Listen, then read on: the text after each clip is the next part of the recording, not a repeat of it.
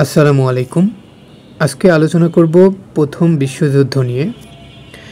তো প্রথম বিশ্বযুদ্ধ শুরু হয় 1914 সালে এবং শেষ হয় 1918 সালে। একে বলা হয় দ্য গ্রেট ওয়ার। একে কী বলা হয়? দ্য গ্রেট ওয়ার বলা হয়। স্লাইড 2, যুদ্ধের কারণ। এই যুদ্ধের কারণ ছিল জাতীয়তাবাদ, সাম্রাজ্যবাদ, সামরিক জোট, বিভিন্ন অস্ত্র প্রতিযোগিতা, আর হচ্ছে সারায়েভো হত্যাকাণ্ড।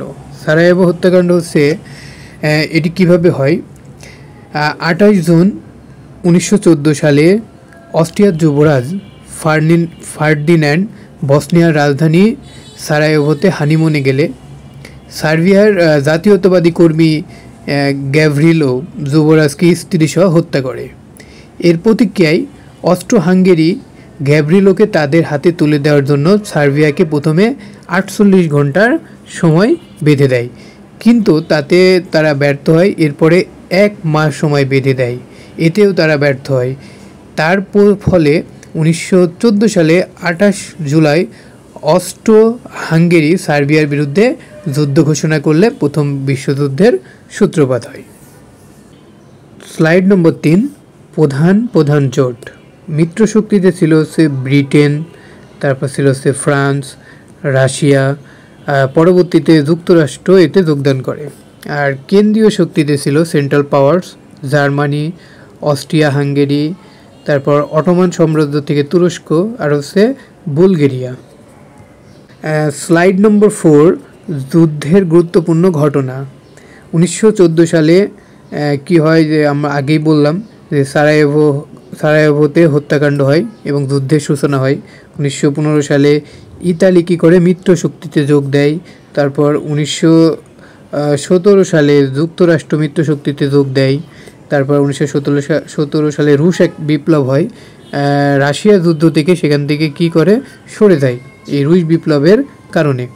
1918 সালে জার্মানি কি করে? আত্মসমর্পণ করে। তাহলে জার্মানি কত সালে আত্মসমর্পণ করে? 1918 সালে।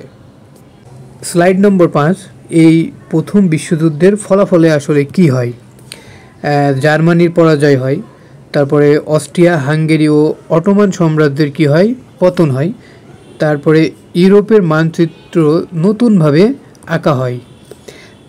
এর ফলে একটা চুক্তি হয় হচ্ছে ভার্সাই চুক্তি, ট্রিটি অফ ভার্সাইটাইল। 1919 সালে চুক্তিটা হয়। তারপর হচ্ছে লিগ অফ নেশন গঠন করা হয়। তারপর আরেকটা হচ্ছে বেলফোর ঘোষণা করা হয়। কি ঘোষণা করা হয়েছে? বেলফোর। এই বেলফোরের মাধ্যমে কিন্তু ইসরায়েল রাষ্ট্রের জন্ম লাভ করে। স্লাইড নম্বর 6 হচ্ছে যুদ্ধের প্রভাব। এই যুদ্ধের প্রভাবে আসলে কি হয়? প্রায় 1 কোটি মানুষের কি হয়? এই যুদ্ধের প্রভাবে মৃত্যু হয়। তারপর অর্থনৈতিক মন্দা দেখা দেয় সারা বিশ্বে। তারপর রাজনীতিক যে একটা অস্থিতিশীলতা দেখা দেয়, বিভিন্ন উত্তেজনা তৈরি হয়। তারপর এই প্রথম যুদ্ধই কিন্তু দ্বিতীয় যে একটা বিশ্বযুদ্ধ হবে তার বীজটা কিন্তু বপন করে। তাহলে আমরা খুব সংক্ষেপে দেখলাম প্রথম বিশ্বযুদ্ধ এবং তার কারণ এবং ফলাফল এবং প্রভাব। ধন্যবাদ সবাইকে।